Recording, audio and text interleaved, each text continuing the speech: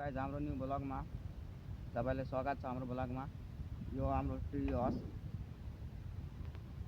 Tree हाउसदेखि यति राम्रो view जान्छ नि गाइज, भ्यू धेरै राम्रो छ। त्यो हाम्रो नहर चौक हो, हाम्रो गाउँको चौक। त्यो कोको खेती, यता छ धानको खेती।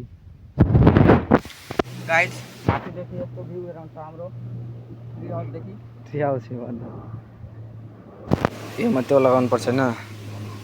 यो अहिले हाम्रो ट्री हाउस फिनिस भएको छैन हैन, यो माथिदेखि पनि लगाउनु पर्छ। अहिले छत लगाउनु पर्छ न, प्लास्टिकको यो चारै साइड। यो पछाडिको लागि सेफ्टी, यहाँ पनि के लगाउनु पर्छ यता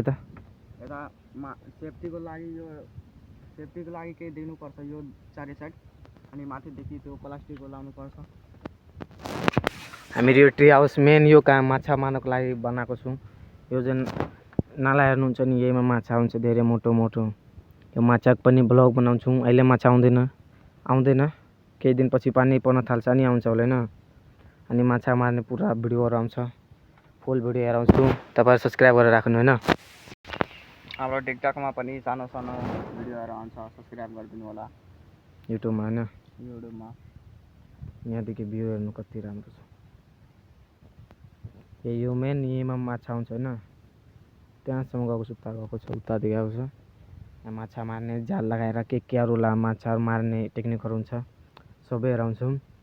यो च्यानललाई सब्स्क्राइब गरेर राख्नु। योमा भिडियो आइरहेको छैन, सबै भिडियोहरू यहीमा आउँछ, तपाईहरु सब्स्क्राइब गर्नु होला। अझै मान्छेहरू आउँछ अहिले, तपाईहरुले अझै सानो सानो मिनी ब्लगहरू टिकटकमा हेराउँछौँ। योमा सब्स्क्राइब गर्नु। योमा ठुलो मिनी ब्लग आउँछ, राम्रोसँग के कस्तो हुन्छ सबै भन्छौँ हामी। तपाईहरु सब्स्क्राइब गरेर राख्नु होला। तपाईलाई भेट्छौँ हामी अर्को भिडियोमा।